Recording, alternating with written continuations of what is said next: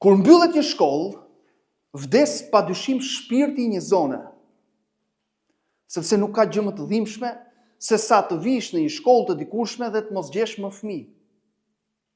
Bankat janë bosh, librat e hedhur kuturu, regjistrat të grisur, kujtime.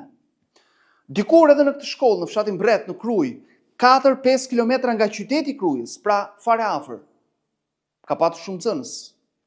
Sot nuk ka të tillë. Sot nuk ka më asgjë. Sot nuk ndihet më përveç cicërimave, të zogjve, asnjë zë fëmije. A ka më dhimbshëm se kaq? Dhe duhet kuptuar se nuk po ndodh diçka e tillë në mënyrë të kufizuar, nuk po ndodh vetëm në këtë shkollë, por në shumë shkolla në zona të caktuara të vendit. Jo vetëm në fshatra, por edhe në qytete të mëdha. Sepse shumica e të rinjve tashmë nuk po shohin si objektiv të tyrin qytetet, Tiranën, por po largohen.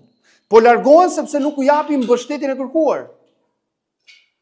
Po largohen sepse nuk arrin të plotësojnë ëndrat e tyre. Po largohen sepse i lëmë mënjan.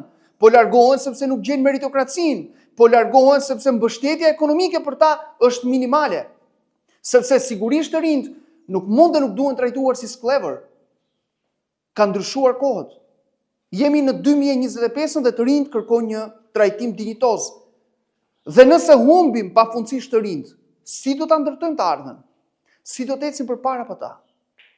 Është pak por e sigurt se nuk ka asnjë prind që kërkon të ngrihet një mëngjes herët dhe të shoh fëmijën e tij të largohet me një valizë në dorë, pa ditur nëse do të kthehet më. Nuk ka prind që e do diçka të tillë. Nuk ka prind që e do fëmijën e tij gjithmonë larg. Ashtu siç nuk ka fëmijë që do të rri larg prindit. Me syt me lot, me kujtimet, me ndjenjat, me gjithçka tjetër që mbështillet në ato zona nga ku vijnë. Sepse këto shkolla që sot janë braktisur, janë hapat e parë të gjithkujt.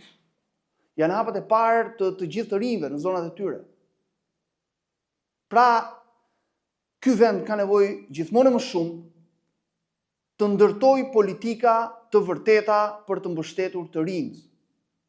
Jo për të mbajtur sklever, por për të dhënë mundësi, për të dhënë meritokraci, për të dhënë ndershmëri, për të dhënë gjithçka u duhet të rinjve për ta ndërtuar këtu jetën. Për të dhënë mundësinë të sigurojnë një shtëpi, sepse me këto çmime nuk e sigurojnë dot. Për të dhënë mundësi të ecin përpara në karrierën e tyre dhe të bëhen dikushi, pa patur nevojë të kenë një mik, apo të jenë djali një politikani apo biznesmeni, por të bazuar vetëm në aftësitë e tyre. Nëse nuk i bëjmë gjitha këto, si kjo shkollë këtu, do të kemi shumë të tjera. Në fakt kemi shumë të tjera. Sepse po udhtojmë në shumë zona në Shqipëri, dhe shkollat bosh po shtohen në mënyrë tragjike. Shkolla bosh, fusha bosh, ku nuk ka më zëra fëmijësh, ku nuk dëgjohen më shkelmime topësh, ku nuk ka më fëmijë që aty në dhe, siç bënim dikur, luajnë futboll. Nuk ka më fëmijë. Nuk ka as në Tiranë në fakt. Se ka shumë beton që fëmijët luajnë futboll. Por përsëris tashmë jemi në një pikë ku këta të rinj nuk po vinë më në kryeqytet. Është një stacion fare i përkohshëm, sepse po largohen. Dhe nuk dihet nëse do të kthehen më pas. Si do të jetë e ardhmja e këtij vendi pa të rinjt? Si do të jetë e ardhmja e këtij vendi me kaq shumë mall, me kaq shumë shpirt që po ndez zemrat e shqiptarëve? Ndaj është domosdoshmëri të ndërmerren politika për të rinjt. Unë do vazhdoj të flas për të rinjt, për braktisjen, për largimin, për këto shkolla bosh, sepse më dhem vendim.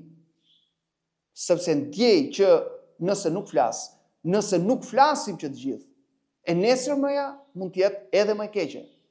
E nesërmja mund të jetë edhe më problematike. E nesërmja mund të shtojë edhe më tej këto shkolla. E pra unë dua të shoh të rinj shqiptar këtu, me mundësitë këtu, me gjithçka, me mbështetjen e nevojshme këtu. Vetëm kështu mund të eci para Shqipëria jonë.